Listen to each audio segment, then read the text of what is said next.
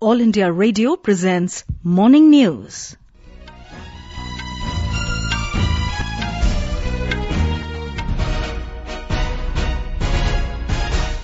Good morning. I am Sarabjit Kaur and with me is Vaibhav Jyotsna Srivastav. The headlines. COVID vaccination for children aged 12 to 14 years to begin today. All above 60 years of age also become eligible for precaution dose of COVID vaccine from today.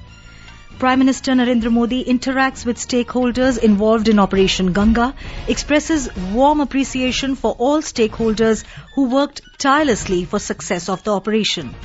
Over 22,500 Indians evacuated from war-torn Ukraine. Russia and Ukraine to continue talks today. US and European Union impose new sanctions against Russian individuals and entities.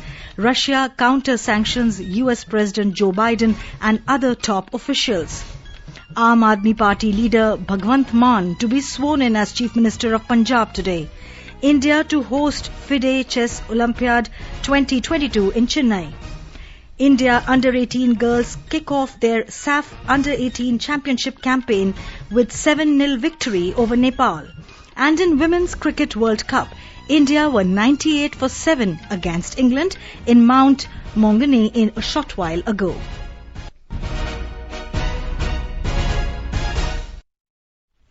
As we start the bulletin, we appeal to our listeners to stay safe from COVID-19 by following these 4 simple steps. Get fully vaccinated, wear a face mask, maintain 2 gaz ki duri for social distancing, focus on hand and face hygiene.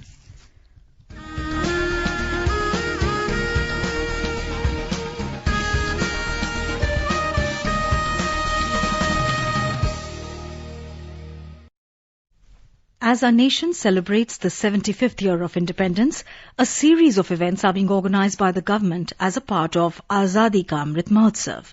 To commemorate the occasion as a Jan Utsav, All India Radio News brings its listeners a special quiz on India's freedom movement and its glorious history.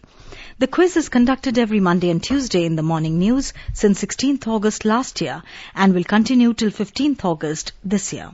India Post has joined hands as the logistics partner with All India Radio News for the Amrit Mahotsav quiz. Recalling our yesterday's question, name the freedom fighter from Assam who was popularly called Deshbhakt. The correct answer is Tarun Ram Phukan. He joined the non-cooperation movement and travelled through the length and breadth of Assam, delivering Gandhiji's message. He was eventually arrested and imprisoned for a year by the British authorities. Phukan became a prominent figure of the Swadeshi movement in Assam and he also popularized the use of khadi.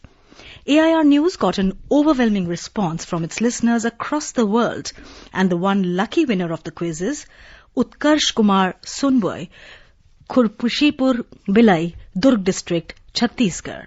मैं प्रतिदिन radio सुनता हूं और सभी युवाओं से appeal करता हूं कि वे भी ऑल इंडिया रेडियो से प्रसारित कार्यक्रम देश विदेश की जानकारी एवं शिक्षाप्रद रोचक कहानियां एवं गीतों का लाभ लें। मुझे छत्तीसगढ़ी में समन्वित साहित्यिक कार्यक्रम मोर भुइयां और सॉफ्टवेयर कार्यक्रम रूपक बहुत पसंद आता है, जो आकाशवाणी केंद्र रायपुर से प्रसारित होती। धन्यवाद। The next question of Amrit Mahotsav quiz will be shared with listeners on Monday, 21st March. Celebrate 75 years of India's independence by participating in Amrit Mahotsav quiz with AIR News. And now the news in detail. Free of cost COVID vaccination for children in the age group of 12 to 14 years will begin today on the occasion of National Vaccination Day at all government COVID vaccination centres. Cobivax vaccine will be administered, which is manufactured by Biological E Limited, Hyderabad. This can be through online registration beginning at 9 a.m. or through on-site walk-in. People above 60 years of age are eligible for precaution dose from today as the condition of comorbidity for this age group has been removed. The precaution dose is to be administered after 9 months after the date of the second vaccination. Centre has sent detailed instructions and operational guidelines to states and UTs in this regard. A report. States have been advised to ensure that only those who have attained the age of 12 years on the date of vaccination are vaccinated against COVID. If the beneficiary is registered but has not attained the age of 12 years, vaccine will not be given. Vaccinators and vaccination teams have been asked to ensure that there is no mixing of vaccines, particularly for the 12 to 14 years age group. States and union territories have been informed that at present, the age of beneficiary in COVIN is being filtered based on year of birth. The responsibility for verification of age will lie with the vaccinator at the time of vaccination for the first few days, as the provision for recording the exact date of birth in COVIN portal is under process. Once implemented, the system will by default not allow registration of beneficiaries who are not of the recommended age. Suparna Saikia, AIR News, Delhi. Talking to AIR News, Chairman of country's COVID task force, Dr. N.K. Arora said they can book appointments online or on-site through walk-in. You can register at COVIN platform and then go to the recommended vaccination center. But in case there is difficulty, just walk into any of the vaccination centers with evidence of the age of the child. Child should not go empty stomach, but after getting the vaccine injection, the child has to wait for half an hour to see if there is any reaction. This vaccine is very safe. There are no reactions. In fact, much less as compared to all the other COVID vaccines. And if there is some local pain or mild swelling in the local area, in that case, paracetamol can be given to the child. India's COVID vaccination coverage has crossed 180 crore and 58 lakh mark. The Health Ministry said more than 16 lakh 54,000 vaccine doses were administered yesterday. It said over 2 crore 14 lakh precaution doses have been administered to the identified categories of beneficiaries like healthcare workers, frontline workers and people over 60 years of age. Prime Minister Narendra Modi interacted with stakeholders involved in Operation Ganga. Operation Ganga successfully evacuated about 23,000 Indian citizens as well as 147 foreign nationals belonging to 18 countries from Ukraine. During the interaction yesterday, representatives of the Indian community and private sector in Ukraine, Poland, Slovakia, Romania and Hungary narrated their experiences of being part of Operation Ganga. They spoke about the challenges they faced and expressed their sense of satisfaction and honor at having contributed to such a complex humanitarian operation. Prime Minister expressed his warm appreciation for Indian community leaders, volunteer groups, companies, private individuals and government officials who worked tirelessly for the success of the operation. Mr. Modi praised the patriotic fervour, the sense of community service and the team spirit displayed by all stakeholders involved in Operation Ganga. Mr. Modi especially praised the various community organizations, pointing out that their selfless service exemplifies the Indian civilizational values that they continue to embody even in foreign shores. Over 22,500 Indian citizens have returned safely from Ukraine under challenging circumstances amid the ongoing conflict between Russia and Ukraine. Making a statement on both the Houses of Parliament on the situation in Ukraine, the External Affairs Minister Dr. S. Jaishankar said 90 flights, both civilian and of Indian Air Force, operated under Operation Ganga. He said 76 civilian flights and 14 Indian Air Force flights were operated for the evacuation drive as per the directions of Prime Minister Narendra Modi. More than half of the students were in universities in eastern Ukraine that borders Russia. The minister said Operation Ganga is a testimony of India's commitment to ensure that Indians in distress situations abroad can count on their government. At the direction of the Prime Minister, we launched Operation Ganga, thereby undertaking one of the most challenging evacuation exercises during an ongoing conflict situation. The exercise involved movement in a war-torn situation in a large country, at times lengths over 1,000 kilometers, and it required exiting borders clogged by an estimated 26 lakh refugees. The entire exercise involved a whole-of-the-government approach. A top Ukrainian negotiator says talks with Russia will continue today. Mikhailo Podolyak, an advisor to Ukraine's President Volodymyr Zelensky, who spoke to Russian negotiators via video link on Monday and Tuesday, described the talks as very difficult and viscous. He said there are fundamental contradictions, but added that there is certainty room for compromise. The talks via video link this week follow 3 rounds of negotiations in Belarus that have failed to produce any visible progress. Both Russian and Ukrainian negotiators have voiced cautious optimism but haven't spelled out any details of the talks. The European Union has imposed new sanctions against Russia. The EU has banned its energy sector investments, luxury goods exports to Moscow and imports of steel products from the country for its military action in Ukraine. New European Union sanctions against Russia sought to deny oligarchs their love of luxury and block Russia from cashing in on its lucrative steel exports.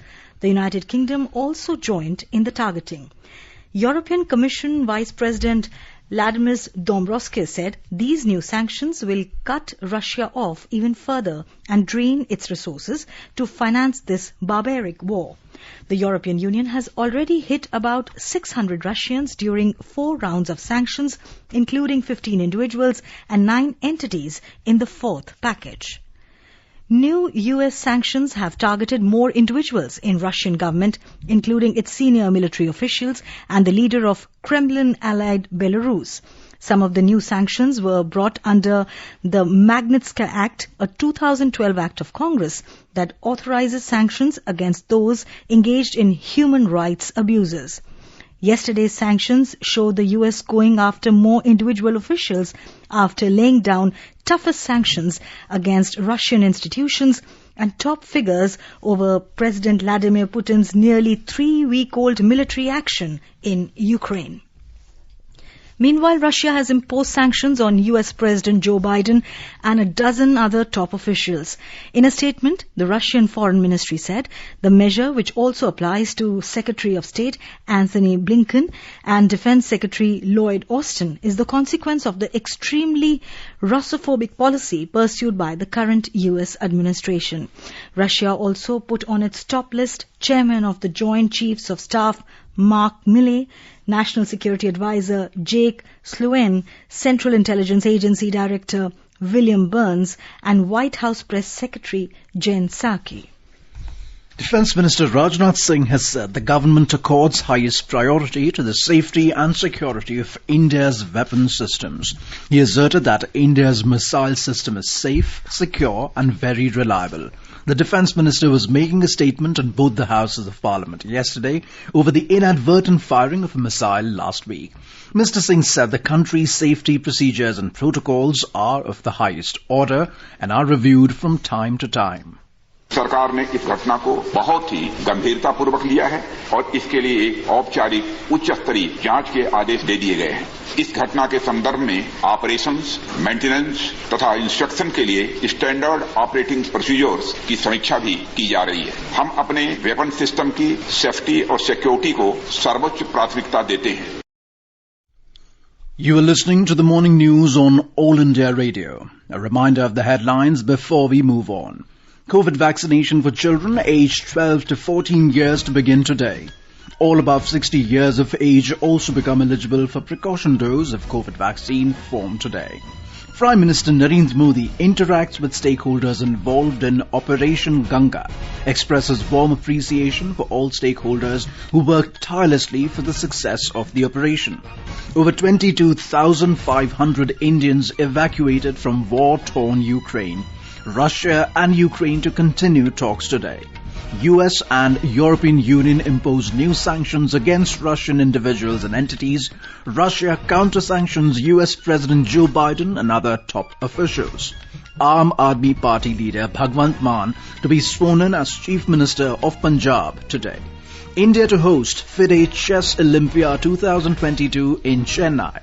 India Under-18 girls kick off their SAF Under-18 Championship campaign with 7-0 victory over Nepal.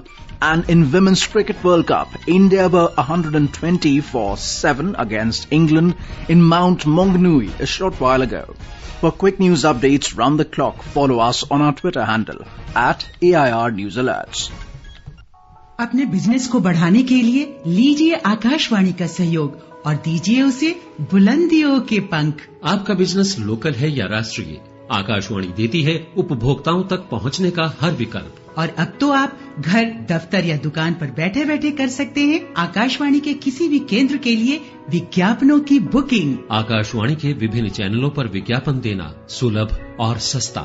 Booking है तो संपर्क करें 8700014242 पर। 8700014242। Welcome back to the morning news. Aam Aadmi Party leader Bhagwant Mann will be sworn in as the Chief Minister of Punjab today. The oath-taking ceremony will be held in Khatkar Kalam village in Nawashahar district, the ancestral village of iconic freedom fighter Bhagat Singh. More details from our correspondent.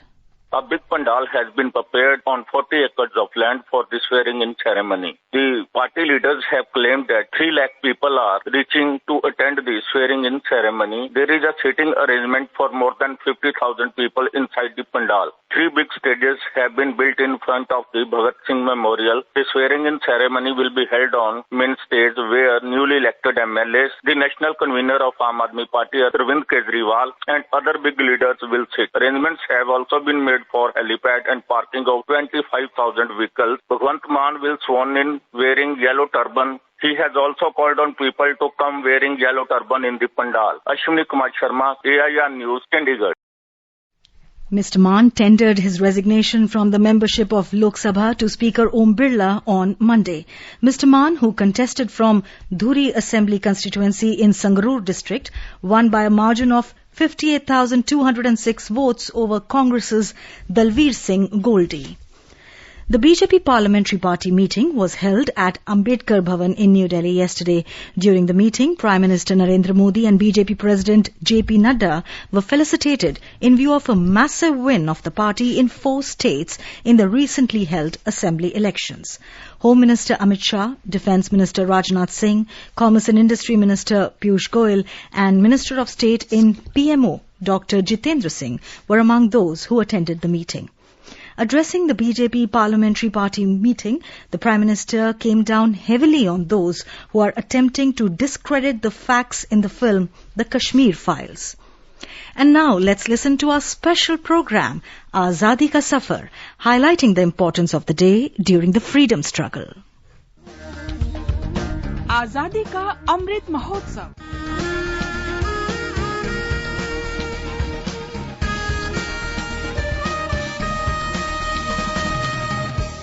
Azadi Ka Safar with AIR News. Birth of a Nation. India's glorious freedom struggle is one of the greatest struggles the modern world has ever witnessed. AIR News brings you a glimpse of the struggle every day.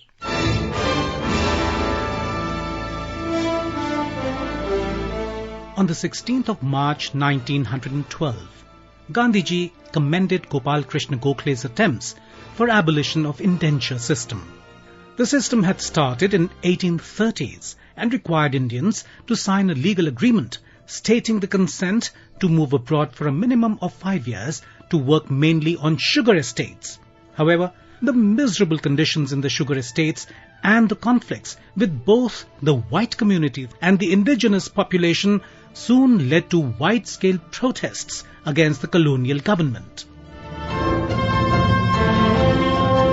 Gandhiji also raised his voice against the miserable conditions of Indians in South Africa. The formation of the Anti-Indenture Immigration League in Bengal, Bihar and UP resulted in bringing public notice to the plight of the immigrants. Finally, on the 20th of March 1916, Madan Mohan Malviya moved a resolution in the Indian Legislative Council for the abolition of the indenture system. The British government accepted the resolution and formally banned the system in 1917.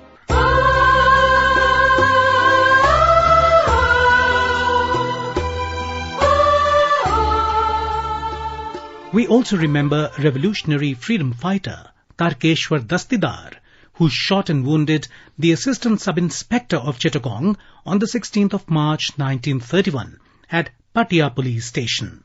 A member of Indian Republican Army, Tarkeshwar also participated in the Chittagong Armory raid along with Surya Sen on the 18th of April 1930.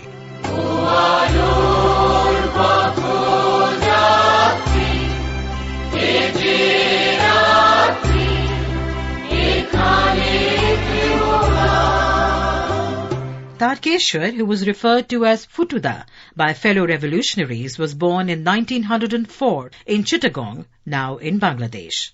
After the Chittagong army raid, when Surya Sen was arrested, Tarkeshwar became the leader of the Indian Republican Army. He kept in touch with Surya Sen in prison and endeavoured hard to free him. Dastidar was arrested on the 19th of May 1933 after an armed encounter with the police force at Gahira village.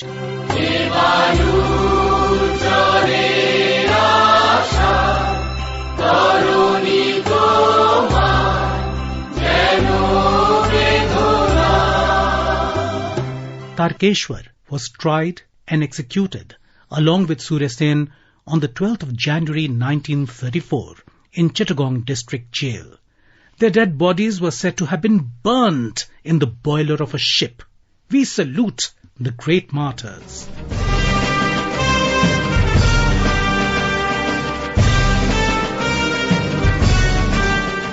We also remember Indian National Army Lieutenant Gyan Singh Bisht, who was martyred on the 16th of March 1945. A resident of Uttaranchal, Gyan Singh was posted in Myanmar to confront the British and move towards the Imphal front. Singh and his men were assigned the mission to occupy a strategic hill near the Indo-Burma border. The INA members engaged in a fierce fighting with the British troops for about 2 hours and succeeded in forcing the enemy to evacuate from its position. However, Gyan Singh, along with more than 40 INA soldiers, attained martyrdom during the battle on the 16th of March 1945. We salute the great martyrs.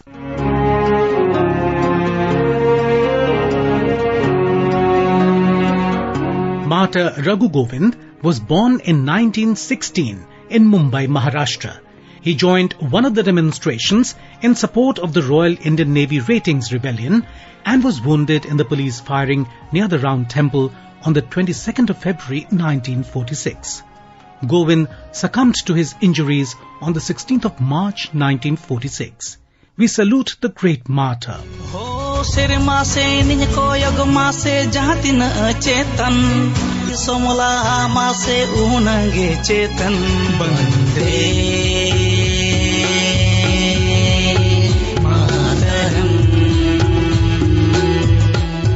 We also remember martyr Nuna Murmu, who was born in Santhal Parganas, Jharkhand.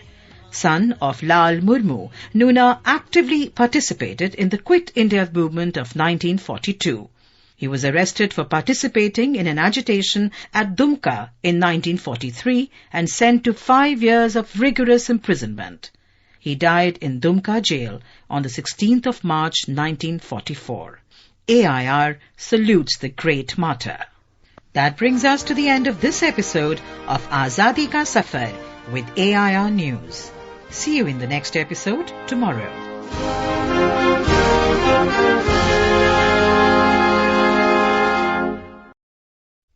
Minister of State for External Affairs Meenakshi Lekhi has said the NDA government has taken various steps to ensure empowerment of women through schematic interventions like Beti Bachao, Beti Padhao.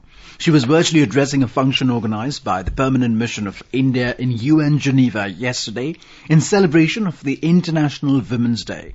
Ms. Lekhi said women have always been held in high esteem since time immemorial in India.